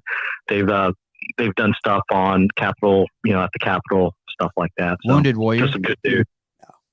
I'll find the name of he's his not involved. organization and I'll send it to you. Yeah, but anyways, sorry to go off tangent there. Hey Dave, this question's for you. Obviously, I'm media, but what role would you like to see media play, and not just CrossFit media, but all media that's involved in CrossFit, in the development, the future of CrossFit? I think our CrossFit media and other media outlets that aren't directly tied to CrossFit have to take this, not have to, but I would like to see them take this place of really amplifying the changes and the positive effects the methodology has on all individuals. So anyone, obviously we know this, but the world doesn't know this. Anyone can and should do CrossFit. And where people have gone wrong in this, I think even you take the morning chalk up, I don't think they've done a good job of really spreading the message of the power of the methodology to the world. I think a lot of the content creators or type of news outlets in our space, they do a lot of storytelling specifically around the games and athletes, but there's a bigger message and a bigger story that needs to be told to the world. Well, one, that CrossFit really is for everyone. Two, how safe CrossFit is. If Sevans and morning chalk ups and Barbends and everyone out there started really preaching how safe and inclusive CrossFit was, inclusive in terms of meaning anyone can come do it, I think we'd all be serving the community and the affiliates in a much more powerful way. We collectively need to really speak about the effectiveness of the methodology and how anyone and everyone, frankly, should be doing it. So that's what I think we should be doing. I don't really have high expectations for others to do it, like Morning Chaga, Barband, or whoever, but I think it would be great if they would. Interestingly, who is trying to do that on their own and with very little coaching from me? This little guy over here. So look at some of the stuff he's starting to do on his own. Stuff that's really supportive of the affiliates. Stuff that's really supportive of our level one. Not even starting, especially with the level one. He's always raved and really been an ambassador for that. Now he's just taking it to the next level. So those with large, those in the media space in our community, or even those with large voices, amplifying stuff like the magic of CrossFit, the positive implications of doing this program for anyone, that's powerful and would be very useful to not CrossFit the company, but CrossFit the community, which we all care about and want to see grow. There's family members, every one of us, there's family members that we all wish would be doing CrossFit, and messaging and storytelling and really getting the word out there helps support that. Yeah, sounds fair enough. Doesn't sound like a very, it sounds like it's doable from a media aspect. It's just getting all the media members to do that. Someone said Craig Ritchie and the Buttery Bros aren't going to do that. Oh, why do you got to shit on Mars and Heaver like that? That's terrible. Hey, the thing is that when they worked at CrossFit, they were doing that same stuff, and it was good that they were doing that. You need a couple guys. You need. I mean, I think I'm not arguing with you, Patrick, because you probably agree with me too. Yeah. Like, we need those guys, but we need 10 times more of the other stuff. We need it so when someone, like, I get this is the typical DM I get. Hey, Sevan, can you point? I have my brother is obese and he was just diagnosed with type 2 diabetes. Do you have a video I can send to him? And we need just a massive, endless library of that stuff. So when someone's ready to be fished out of the pond, we can get them onto one of the lifeboats. Yeah, and I think people have a misrepresentation of what the Buttery Bros do, because they see all the flash, they see all the stuff that they do, but they actually do a lot of things like that. I recall, like, the Hawaiian Trail Run. They went out there and all they did the whole time, and if you watch that video, they did a Hawaiian Trail Run. All they talk about is the power of movement. What CrossFit does, not just for people, but for the kids out in Hawaii with that foundation and stuff like that. So I think they get misrepresented when it comes to that stuff. Everyone sees them with the CrossFit athletes and the bright lights and all that other stuff. But I think well, how overall about this? They do a good job. I really love that statement there, but I'd love to challenge them, those two, and whatever. It doesn't matter what I say. They don't have to do it. But why don't they do a piece on a transformation story of someone who's nobody knows, who's lost 100 pounds, or someone's first step into a CrossFit gym, as opposed to Thor, racing Thor. Yeah, exactly. Or did you see that Usyk video that just popped today? Doing CrossFit, training with CrossFit? No, the fighter? Yeah. Ukrainian guy? Yeah. No shit. Oh, yeah. Wow. I didn't see that. Yeah. Is he getting ready for Tyson Fury? Yeah, that's going to be interesting. Patrick, you are 137 for 137 for fantastic contributions to the show. Thank you. Yeah. Anyway, before I go, again, thanks, Dave. Thanks, Sevan, for taking my call. It's the organization is called Veteran Solutions. So, Susan, if you could pull that up. Veteran Solutions. Dude, everyone's bossing you around, Sousa. First Dave, now Patrick. Look at this. They took cues from me. So check this out. Contact Marcus. Get him on the show. I will. Marcus and Amber. I will. Okay. Yeah, that'd be great. Marcus all right, thanks a lot. Okay, bye. Matt, let's see the Veteran Solution. All right, bye. Speaking of level ones, this sponsor right here, California Hormones and Sarah Cox, has paid for 3 level ones, probably in the last 6 months or a year, to give away for free to the listeners. And thank you so much, Sarah, for doing that. And California Hormones. Dave, if you want to get your blood work done, and so that's Sarah. That's her right there. Yeah. Okay. Hi, Sarah. Thanks for contributing. Thanks for giving me $25. Let me know if you want to get your blood work done. Code word Sevan, free doctor's consultation. I'll get my blood work done, but do I want anything put back into me? No, yeah. I'm good. Oh, let's see. Let's see. Mike the Sauce, Dave, is it possible the spectator could get access to backstage during the CrossFit Games in between events, like what they did at the Zelos Games? What's the Zelos Games? It was an event. It's an event that took place inside of an affiliate. It was a cool event, but it's just a totally different. It's like a local competition, and people got. Are you saying camera people? Or actual spectators? There's no way spectators could go back there. The athletes need a place to get away. We had one year. We had one year where we gave little tours backstage to groups of, like if you did Madison Club, there was an option for you to. Like if you paid an extra $1,000 for your ticket.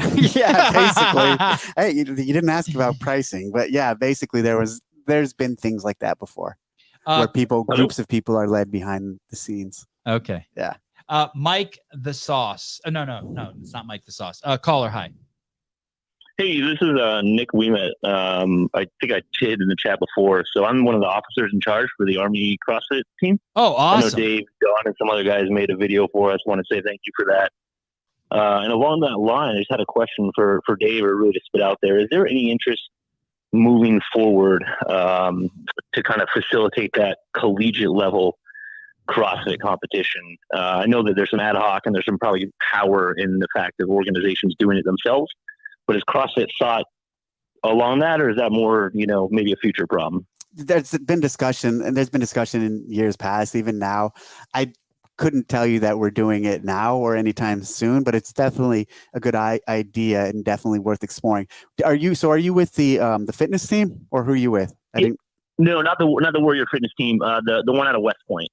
So you, Don, and I think Chandler, you made us a video for competing against Navy right before Christmas. Yeah. I forgot about that video. Did that video ever get shown? Did you guys use it? Yeah, it did. We showed the teams like that night when they showed up. They didn't really know about it. So like the officers and stuff who we kind of seen them. I think Navy actually ran it through. So they were all pretty pumped up. Just cool for you guys to do that. That's very cool. No, hit me up offline and we can continue this chat more. Okay, awesome. Yeah, thank you. Is that your way of blowing him off? No, not at all. Oh. It's my way of diving into the subject deeper. With him, you're interested. You didn't say that to Patrick Clark. You said it to him. Well, Patrick didn't have anything like that of that. Kind of the media stuff. And I answered that in depth. Thank you for calling this little podcast with his little buddy. That's really cool of you. I didn't know I had such a wide breadth of listeners. I wanted to get your numbers up, Sevan, so people can stop giving a shit for calls. Thank you. Let me ask you a question. Are you just listening to the show because Dave's on today, or are you a regular listener?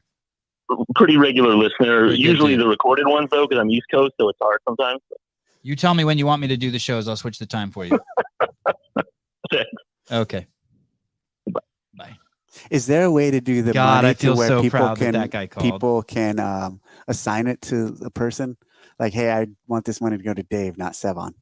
I think they should have that feature on here. For the messages? No, we should investigate all these people giving you money. They should have the option to give me the money. Oh, you could throw your Venmo up beforehand. This is good. This is like some sort of record. I didn't realize. Were you a Chippendale dancer? The way people are throwing money, like they just know. Okay, keep going. I had a power out here the other night, and Hiller ran the show for me, and same thing. He just killed it. All sorts of loot came in for me. Oh, this is what I wanted to show you. So you guys are working on the magic of CrossFit, and I'm working on some videos also for Wadapalooza, and I made a bumper. Have you seen I'll show you the magic of CrossFit kind of bumper first, the one you guys made, and then Don't show me the one we made. Yeah, because I want to let you see the No, inspiration. are you trying to show everyone else? Go ahead. You can show, but I've seen it. Okay. Souza, can we start? You're trying to show yours and then show ours to kind of show. What are you trying to do? I just want to show you the inspiration. But I've seen ours. I know, but let's let the people at home see the one. Say it like that. I want to show the people at home. Dave, I know you've seen it before, Dave. The one that CrossFit has made. I want to show the people at home in case they haven't. Thank you. Look at Heidi. Money for Sevan, not Dave. Thank you, Heidi. Thanks. I go to Amazon.com, type in Heidi Krume, Crume, and purchase 2 of Heidi's newest books. Which one do you want to? Just the one. It's I think I put a link to it. It's like maybe 10 posts ago. It's like just like a 17-second. Just says CrossFit, and there's some music playing behind it. And I want to show Dave. Or sorry, I want to show the people. maybe I want to refresh Dave's memory of what it was, and then show him the one that we made. It will be the bumper for our content. It's on the .com Instagram account. Here we go. Okay. Here we go. The magic of CrossFit.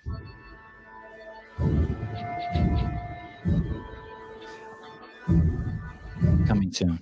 It's beautiful. Sounds like an orchestra tuning up in the back, floodlights, mysterious, like the curtains down. Now, and I'm guessing that's going to be the bumper before some of the content that's going to be coming out. And then I want to show you the bumper that we made for the content that we will also we'll be amplifying your message by also supporting. We'll be more focused on the L1. Can you go ahead and play ours, Souza? And I want to get Dave's live reaction here to this.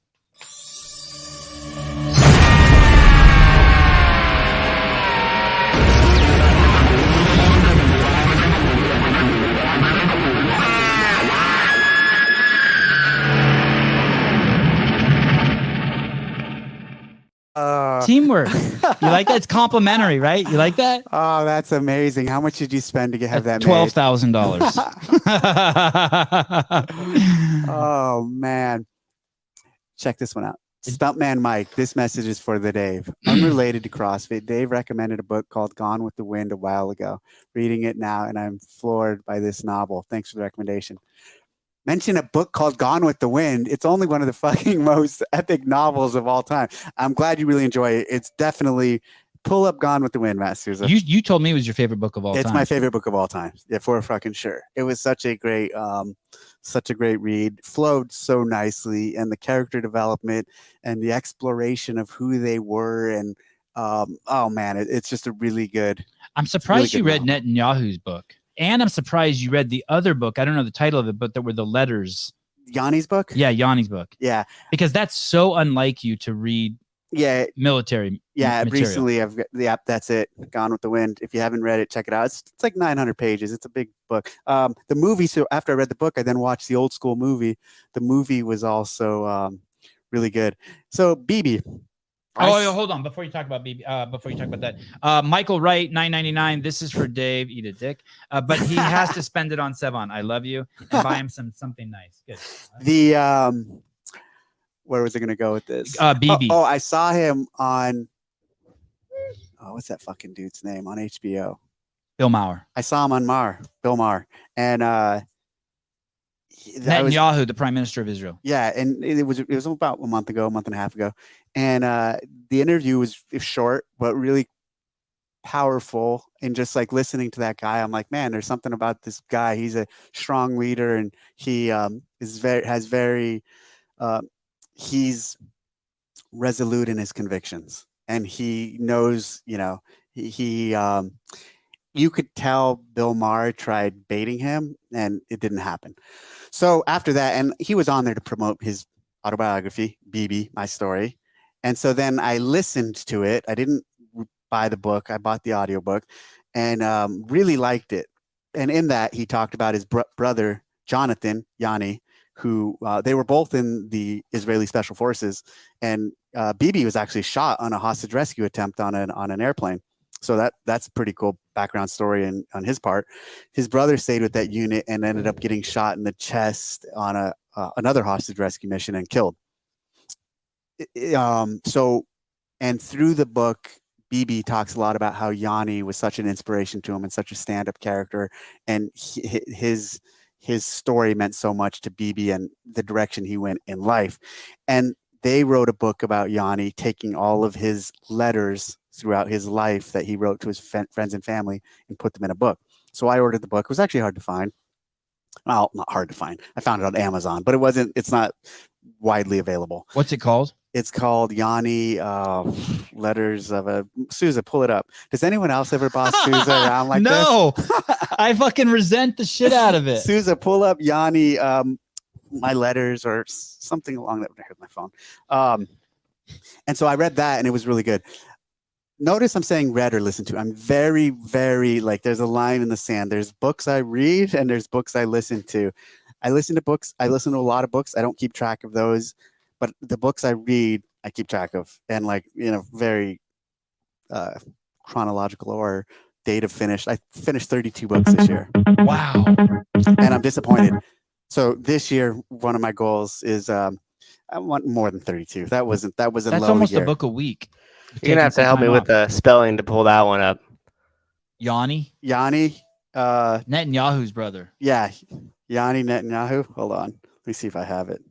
Travis from Vindicate Apparel. Hi. Hey, how's it going, guys? Good.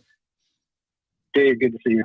I have a question. When you get back to the office, can you stick your head in the legal department and ask them to leave me alone if you have a second? I'd really appreciate it. Who is this?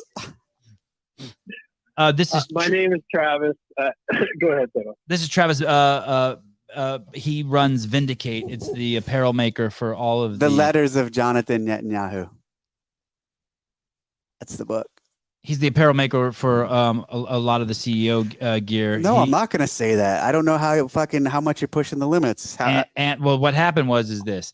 He used the hashtag CrossFit, and he's not allowed to use it because he's selling apparel, and that's one of the places where CrossFit has the trademark. And then Andrew Hiller made a video today being like, dude, here's a fucking 1,000 other people who are doing the same thing. Why did you come? And Travis is saying, why are you coming after me? Come after everyone. Leave me alone. But you did break the rule, right, Travis? But it's just like, fuck, like, go for a big fish. Why this guy selling CEO shirts? Right. Apparently I broke the rule. I didn't know there was a rule on. I'm sorry, but I'm not gonna go fight for you on this one. You're on your own. Damn it, Dave. Take care of it with that team on your own. They do really good work, and I'm proud of I'm sure they do. I'm proud of the fights they embark on. So maybe you're just in their crosshairs and you need to get slapped around a little. Hey, someone reported you for sure, dude. I know. But I like you. Yeah, but Dave likes you. All good. All right, Dave. Cool. Thank you. Thank you, Travis. Bye. Trying to smooch one of my buddies. Okay, so you read the book. You read the book on Netanyahu's brother, which is when I heard that in your weekly review, I was like shocked. I was like, Dave doesn't read Mill books. No, it's interesting because this past or watch year, Mill movies. No, I don't watch Mill movies. This past year, I did get a little more interested in history of special operations units, and I'm not talking like before Vietnam. Kind of, I picked up this book. I saw it at a used bookstore on David Sterling, and David Sterling was the founder of the British SAS. And it was very outside of my comfort zone, but I was like, okay, I'm going to read this. And I read that book, and I really fucking enjoyed it. And then I decided to pick up a book on, God, I'm drawing a blank on his name right now, founder of Delta Force. And what the fuck is his name? His name will come up in a second. Someone will say it in the comments. And that book was so closely the creator, what's his name? Beckworth, Charlie Beckworth. Charlie Beckworth had been involved with the SAS, had did a year-long deployment with the SAS, and their selection and their unit was influenced by Charlie Beckworth or by the SAS. And so I enjoyed that connection. And then I was like, all right, I'm going to read the book that made me become a SEAL, one of the books, Rogue Warrior. So I reread that as an adult. Dick Marcinko. I actually also went out recently to his funeral back east, and Dick Marcinko was influenced by Desert One, this disaster rescue operation that Delta Force was involved in. And he was at the Pentagon at the time and basically said, oh shit, we need a unit like that. And so then they started up SEAL Team 6. And so that history and how all these units kind of are tied together in certain moments is fascinating to me. And so that's the place I'm comfortable right now, diving into that stuff. Origin stories, not so much like, hey, a story about a team that got shot down in a helicopter and how they survived. Yeah, you don't do so much of that. You said that well. Yes. Okay. And how was the book? Would you recommend it? The book by Sterling, the SAS guy? Yeah, that was cool. Especially like, and so where I was going with the Yanni book. Like, yes. I don't even know if you knew I was going to go here because I don't know if I said it. But what I was thinking about when I read it, what was so fascinating to me is like how far all of that shit has come. And what I mean by that is, I read, what did I tell you? Where was he shot? But doing a hostage rescue? Yeah, but where was he shot? In the chest. Okay. And that's like, I was baffled by that. And it shows how far we've come in terms of just gear and equipment. Because like nowadays, unless it's a really high caliber round, chances of you getting in a shot in the chest and dying are pretty low because everyone's wearing body armor. And especially if you're doing a hostage rescue, everyone's wearing body armor. And so that mission was, I think, in 76. Any unit, any type of SWAT team, special operations team, that's just helmet and body armor is standard equipment now. But back then, apparently, it wasn't. And so that aspect of it too was interesting to me, and tragic that, that type of technology or that type of equipment came much later and led to needless deaths like that. Did your body armor or your helmet ever save your life? Not like getting shot in the chest or head. Yeah. Will Dave do a better version of Bear Gillis to show that the U.S. Navy is better, even if we know the Swedes are the toughest? I've never watched Bear Gillis' show, but I think he was an SAS guy. You who I have immense respect for. You also mentioned on your show, not the funnest topic, but you mentioned on your weekly review that a guy you served with, who was last month promoted to the commander of SEAL Team 1, killed himself. I didn't say that part. Oh, okay. I told you that part, but I didn't say that part. Was I not supposed to say that part? I didn't say it on the show because I didn't know how public that part was yet. And then I checked in with a couple friends, and it's out there now. So I had a good friend, teammate named Bobby Ramirez, who I was at Team 4 with early on, like in 98, probably to 02 or 03. And he ended up, he was an enlisted guy, and we both went to Team 4 because at the time Team 4 was organized by region of the world, and Team 4 was the South American team. And so guys like Dave Castro and Bobby Ramirez were brown. We're going to Team 4, and so we got to know each other. Was it really like that? Like, yeah, if you look sure. like the people, right? For okay. sure. Like if brown people largely at that time in that period went to Team 4 because Team 4 was deploying to South America. If you spoke Spanish, for sure. If you looked the part, I looked the part, didn't speak Spanish, still went. And so we became really good friends. Not you look the part, you are the part. I am the part, yeah. Yeah. And we became friends, hit it off both because of that shared feature of ethnicity, essentially. And we ended up going different ways in our career. He ended up going to, I think, Seaman to Admiral program, where he became an officer. So he went from enlisted to an officer. About 4 or 5 months ago, maybe longer, he hit me up on LinkedIn, which it's crazy because I never go to LinkedIn, but for some reason I went there. I didn't even know I had a LinkedIn thing. And we chatted, and he told me he was an officer now, and we stayed in contact there. Not as much as I would have liked. And then a few months after that, I got an invite from his team to go to his change of command. So he was going to be in charge of SEAL Team 1, which is a huge deal. There's 7, 8 SEAL teams, a lot of officers, a lot of people. To be the commanding officer of a SEAL team means you're in charge, the senior officer there. And he got that role, and I was invited to the change of command. I was planning on going, but I wasn't able to go because I had scheduled a shooting competition that I was running, that I was organizing that same weekend. So I prioritized that, didn't go to the change of command. And then a month later, a month after he was at the pinnacle of his career, you could call it, I saw on Fox News, he popped up that he was dead. They found him dead in his home in San Diego. And so the first stories for a few days, weeks after that, this was right before Christmas too, and he had 4 kids. There was not much talk about what it was. And so that's why I didn't mention it on my weekend review, because I just didn't know where it was. But I asked around and saw it's common knowledge now that he killed himself. And so such a fucking, like, it's a huge loss. And to me, it's just so, no one, you always question why. And I think of his kids, and it's like, fuck, like, what are they going through? Why? Like, you say you question why. Can you make up reasons in your head why? Like, can you think of stuff like? Every person who's been to combat has had very different and unique experiences, and deals with them all very differently. Every one of us has a different way of, had different experiences there, had different moments that affected them, and have, again, different ways of addressing them. The suicide thing in general in the military is fucking tragic. And even in our community, specifically in our community, like, I know a good number of people who've killed themselves. And it's just, that it's like I find myself saying like, why? Like, what the fuck? Like, what? And again, I don't know what they went through. I have a understanding.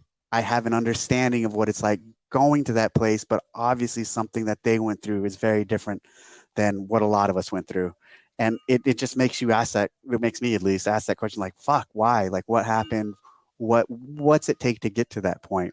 And I can't imagine what is, again, like I start looking at it from the perspective of the children and thinking like, fuck, like, why is our dad gone? You know, Of course, yeah. And that part's really hard to think of it. So Sunday, I'm flying down to San Diego, and then I'll be at the memorial on Monday. Is it horrible? The memorial? Is it like? I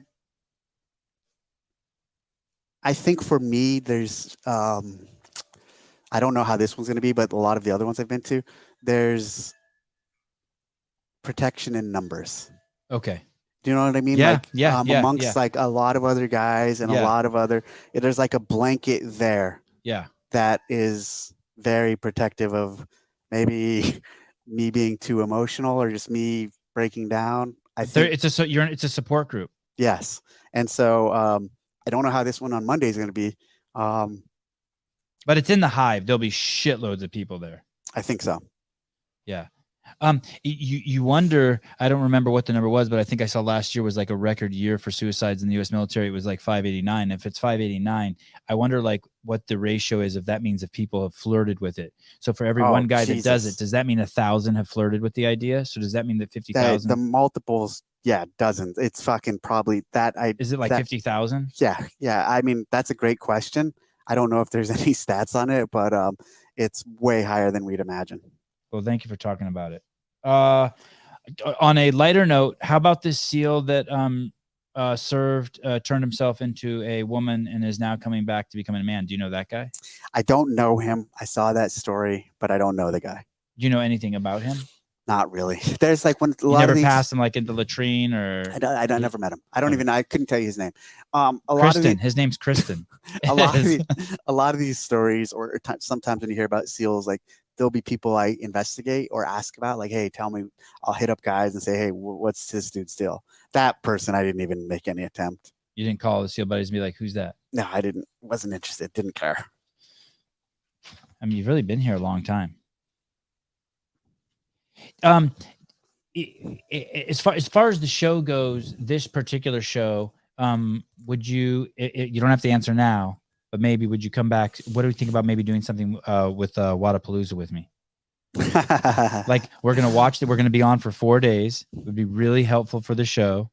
You just maybe watch one event. I'll tell you when to watch it, and then we go on live as soon as their feed goes down, and you talk about what you saw in regards to the programming or the athleticism. So that would be really outside of my comfort zone and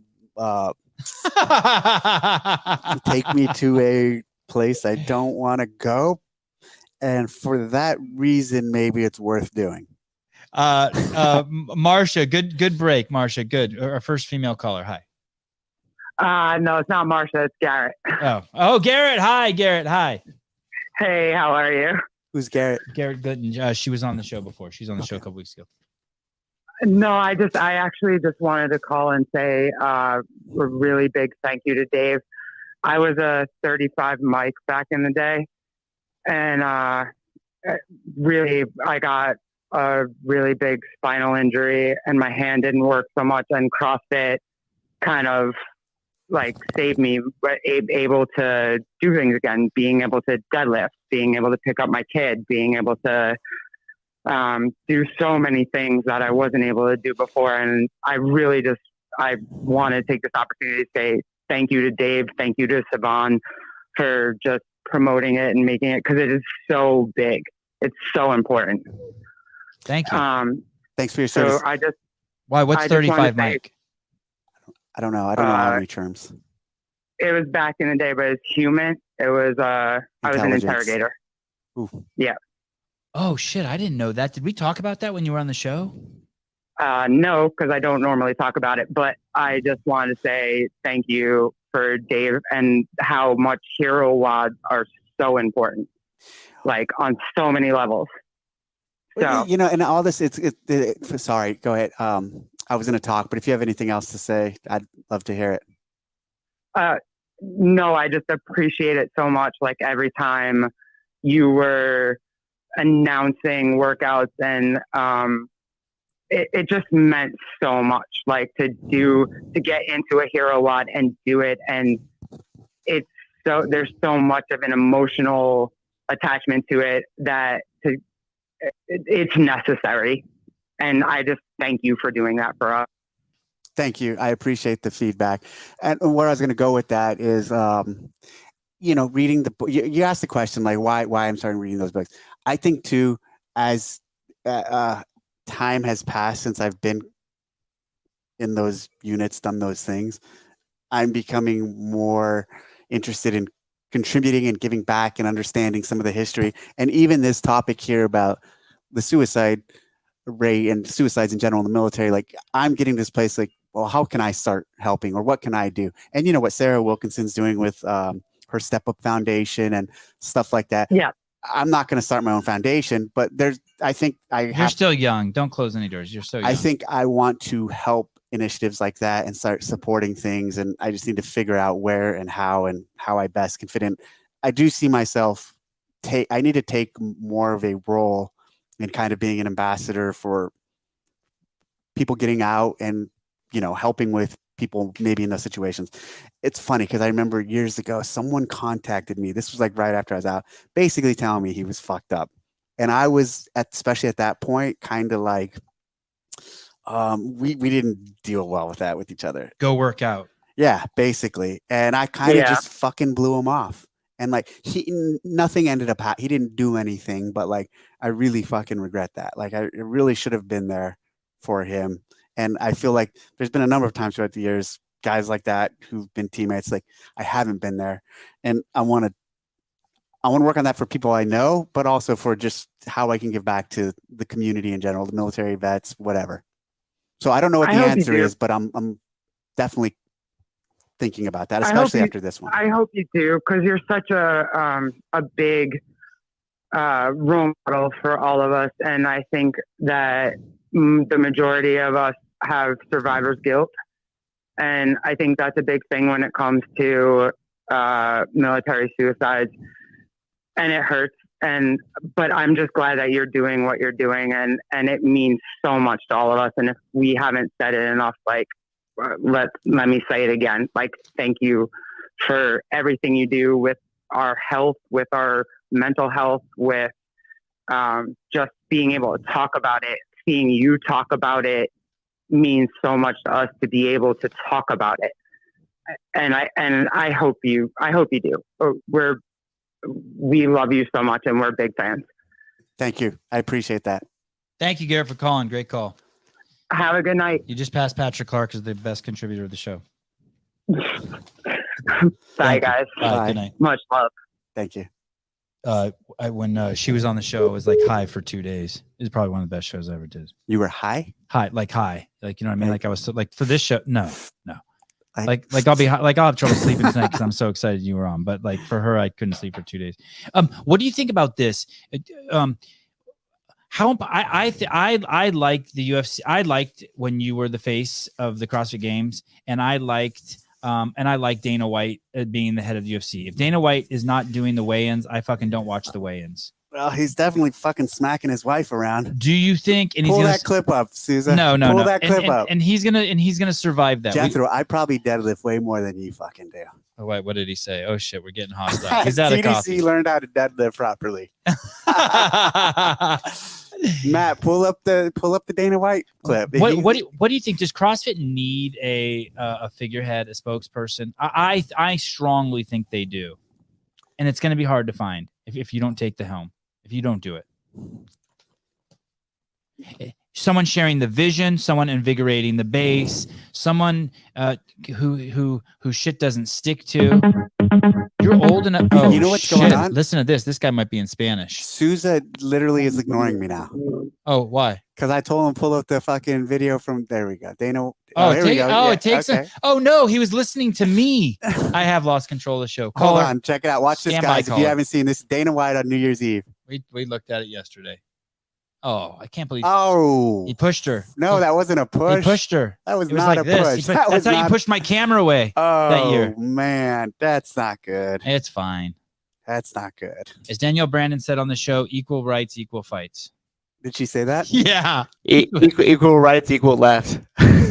Yeah, someone said that too. Someone said what? Equal rights, equal left. Caller, hi. Hello. Hi. It's Magnus here. Oh, Magnus from You're Mexico. talking about the interesting subject right now. Okay. Yes. The Swedish in Mexico. Okay. I speak Spanish. But you're talking about the interesting subject about suicide. It's not only military, it's a lot of this masculine thing. Since you, Sevan, are the spider in the net, connecting to Liver King, who's talking about the same thing. Right. Make a big thing about it. You're saying I should make a big thing about it. I should drive it. You know what? I didn't understand. No, you're just connecting the dots. Oh, right. Connecting the dots. I mean, I think the Liver King was in a bad place. I mean, basically, he said that that's why has these body issues that he does. I mean, he basically just came out. Is that an out though? Is that an out for fucking to cover his shit? No. Well, that's legitimate. My question's legitimate. No. You Hey, don't listen. buy that at hey, all. listen. I think all those guys that are that big are screaming for help. Say that. I think Can all that those guys. be an out to cover for what happened? No, that can't even be a possibility. It could be. It could be. Yeah, of course it can. That's but all I it's want not. you to say. But it's not. I want you to say it can be. It could be. It might be a possibility that that's a good way to get sentiment on your side by playing. Hey, I'm thinking of some very bad examples I could give you back. Some very bad. Now you got me fucking. Yeah, I don't even want to say them. So caller, go on with that. Sorry, from Mexico. You deserve more of our. You guys shouldn't see Dave and I fight like that. Go ahead. That wasn't a fight. No, that's the enjoyment of the show, seeing you fight. So I don't have anything else. Okay. Great show. Thank you. David's in a bad place right now too. In that sofa. Yeah, he's on the sofa. Yep, he's the first man to grace that sofa. All right. No, but he's in a bad place. Oh no, he's in a good place. What are you talking about? Look at him. He's comfortable. He's got his jacket on. Did you get cold or are you leaving? Both. Yeah. Thank you for the call. I'm sorry. I kind of took it in a different direction with the Liver King, but I do understand what you're saying, especially in relation to Sevan and what he's doing. Maybe he should be taking this. I don't have any suicide close to me. I don't even feel it. I don't. Did the Liver King say that any of that was crossing his mind? I don't recall. Okay. But he was clearly in a. Did you end up watching the interview with him and Piers Morgan? No. Good? Yeah, it was good. Did you? I watched that. It was not a 7-minute interview on YouTube. Did you like him? Did you like how Liver King represented himself? Yeah, I like how Piers called him out more though. Okay. Yeah, like he read his 7 tenets or whatever they are. And then number 8 could be steroids now. Shit like that. Oh yeah, Piers. Hey, what do you think about Piers? Magnus, thank you. Okay, thank you. What do you think about Piers Morgan flipping the script? He's come full circle. He got red pilled right before our eyes. Same with Bill Maher. Same with Joe Rogan. I don't know if you can say that about Bill Maher. Really? I don't think he's drank or he has not consumed the red pill. He has not. I think people like to put that label on him to help their narrative, but I don't think that's the case. Okay. Which is totally like. What about Piers Morgan? What about Piers Morgan? I like where Bill is in terms of walking the line. He believes he has his positions, but he also believes that you don't have to be on a side and dogmatically follow everything on that side. Like me, balanced. You can have opinions that differ from the popular norm of your party. Oh, good. Yeah, keep calling. We're gonna go soon. Okay, hold on. I want to caller. Give me 1 second. I just want to say this one thing to Dave. A friend of mine, unbeknownst to me, joined one of your shooting competitions. He went there. Which one? Oh, yeah, I know. And he told me he reported 2 things back. He said your daughter took 2nd place in the shooting competition, which is crazy to me with all these grown men. And he said Jason Khalipa broke one of your special guns. Are both of those stories true? Did both your daughter those stories are totally true. Did your daughter cheat? Did you help her? Are you standing over her shoulder? No, I've just practiced with her, and she. How old is she? 13.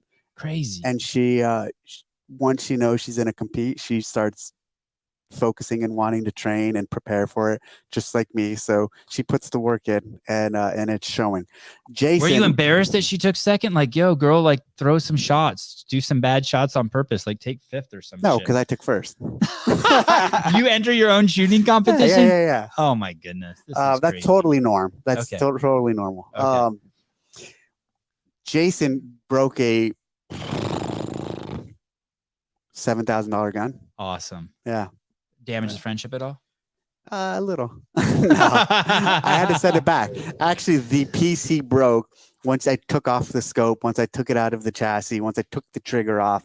The part that he broke is only $2,000. Was it just because he's just too strong? He's just the fucking Hulk? Or just I didn't see it, and that's my contention, but everyone around, they're either covering for him or so it's a bolt action gun. You lift it up, you pull it back, you push it forward, you push it down. Yeah. You take a shot, you lift it up, you pull it back, you pull it forward. What do you imagine Jason doing in that situation? Just pulling, not lifting up and just pulling straight back. Well, I imagine him lifting up and just pulling back like a fucking animal. Yeah. And so, yeah, I think Jason broke it. Yeah. Well, they should give you. I just hung out. I just saw him today. They should give you 2 guns now. That was some quality control. Caller, hi. Hey, how's it going? I'm just the luckiest man alive right now. Dude, I'm shitting bricks right now. This is really cool. So I have a question, I guess, for either one of you guys, but I'm a chiropractor, and I have been doing a lot of looking into CrossFit health lately. So I've been coaching for a few years, and it seems like there's such a cool opportunity with the physicians portal of finding doctors who do CrossFit. From all different medical fields. I don't even know if this is really the place to ask this question, but it seems like it's been in a weird position for a few years where it just doesn't seem like it's really like going anywhere or gaining any traction. You know, he's in charge of growth, so you've actually come to the right place. Oh, that's and honestly, he's a legend too. So Joe, Sousa, pull up map.crossfit.com, and nobody else talks to him. Like no one else. No one else what? Like gives like commands like this? Like No. There's only one person who could ever replace Dave as the face. It's Rich Froning. If he isn't available, we could settle for Kalipo, Wad Zombie. Okay, so map.crossfit.com, click on CrossFit Physicians and de-click affiliates. Yep, there you go. And so just scroll left, and it's specialty too. This is a pretty cool fucking feature for any of you looking for a practitioner. Come to where California, where the 13 is, and click on 13. Did you even know this is out there, Sevan? I think I did, but I'd forgotten. Zoom in on our area. Let's find a doctor for Sevan. There we go. Zoom in more. Proctologist. Okay, there's two. There's two. Let's pick that one by Watsonville. Yep, right there. So look right there, Michael Dunn, emergency medicine. If you need a doctor in the Aptos area. Oh shit, that's a couple miles from my house. Yeah. So that guy does CrossFit, and if I want like emergency medicine, okay. But anyway, go ahead. I feel like there's a ton more out there, and I don't know why it's not up there. I sent an email a few months ago, and this isn't I know you're not IT or anything, but they told me in the email that basically like everything's still in the works. There's a lot of things still changing. And I don't know. I just feel like it's such a, like, it's literally the epitome of a lot of what, Greg had as far as like what he was imagining this thing where CrossFit was going. And it seems like it's not taking any traction. But I do love this. This is awesome. Well, you definitely have to recognize like there's been some serious transitions and some serious periods of friction that we've been going through the last few years between the sale and then those last 2 years, the last year, now a new CEO. So, we have a lot going on, right? So why I'm saying that, look, you getting an answer like that kind of is incomplete. Doesn't surprise me in terms of where we're at, and that'll all improve and get better, but it's just going to take a lot of time. I'd like to address that too. So all the departments had heads, and really the head of that department, the vision, the driving force, the thing that Greg was most involved in was CrossFit Health with Karen Thompson. Like it was just basically the fucking two of them. They drove that fucking thing while the rest of us did our own shit. And that was Greg's baby, wouldn't you say, Dave? For sure. And so when he sold the company, CrossFit Health lost its way. And it was supposed to be about the ills of modern medicine and to look at why it was that department was supposed to bring doctors in and show them that CrossFit's a great tool for them. And instead, I think that it lost its way and doctors were being brought in as doctors instead of indoctrinating them to CrossFit. It was kind of started leaning more towards indoctrinating CrossFitters to doctors. And so it kind of lost its way. And then since then, I think it's got another reset. I think that it's kind of unfucked itself from there. And now they're back to a clean slate. So in defense. So it will be to see what's interesting, but those are that was a very unique and special vision for that specific department that was being driven by Greg, and he was obviously the first department head to go when he sold the company. So that makes sense. What quick question, what do you guys think of Sevan doing more in person? Definitely need to work on this. I think this display of it, but you don't like the posters back there, and maybe like, what do you mean the display? The posters are interesting. Yeah, what do you mean the display? I don't know. There's something about me being so much lower than you. I can fix that. Okay, I like that. That's good feedback. I'll fix that next time. Maybe a shared table that's larger. Okay. Hey, thank you, Dave. Thank you, Sevan. Yeah, thank you guys have a good Sorry. night. Yeah, you're welcome. Bye, guys. Bye. All right, last question, then I'm going to wrap it up. I can't believe I fucking did this for 2 hours. I can't believe you did it for 2 hours, too. Talked about David Goggins. We talked about Netanyahu. We talked about Khalifa breaking your gun. Okay, here we go. Man, the Dolphins lost 5 in a row, huh? How do you still fucking like that team? I don't know. Okay, you have the last question. Go ahead. Oh, good deal. What's up, Sevan? Hey. Dave, I appreciate you spending your time. But I just wanted to, you may have answered this question, but Andrew Hiller is a big proponent with Sevan of putting out a lot of content regarding CrossFit, and I feel he's put a lot of good content exposing opportunities for improvement. But he recently had a video talking about how CrossFit might be dying, and I just wanted to hear your thoughts. I know it's kind of a loaded statement, but personally, I'm going on 10 years as a level 1. I just took on a job as an affiliate coach and head coach. And so I feel like CrossFit is as good or coming back to like its grace period. But I just would like your opinion on that. It's clearly not dying, and that's 100% clickbait. So you gotta understand how people like it. So you gotta understand how people like Hiller work and people like Sevan. I do not work like titles. It's you know what? I've been hearing it's dying since 2005-4 when I first got involved. It's not dying. Good. It's not going anywhere. That post or that video, I don't know what he said in the content, but I know the title, and that title is 100% clickbait. The methodology is too powerful, too effective, too potent to go away that easily.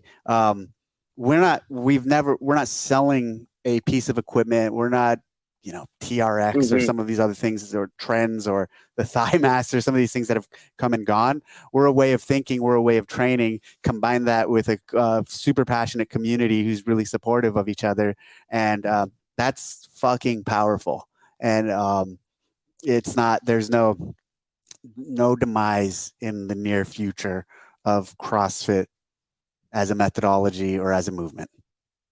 Awesome, man. Well, I love it, bro. And I won't take any more of your time. And yeah, I feel the same way. I feel like CrossFit is something that's beyond just, working out, and the community is so powerful. And I'm just happy to be back as a coach.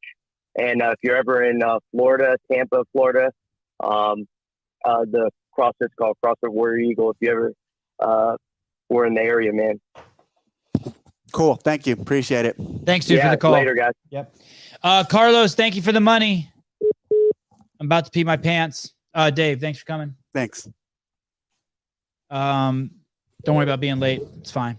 Anything for you. I will see you guys tomorrow morning, 7 a.m. We continue the affiliate series with Trisha Evangelista. Is that her name, Souza? Yes. Yes. All right, awesome. Okay, guys, thank you. Souza, thanks for running the back end, and I will see you guys tomorrow. Dave with the quick exit. Bye-bye.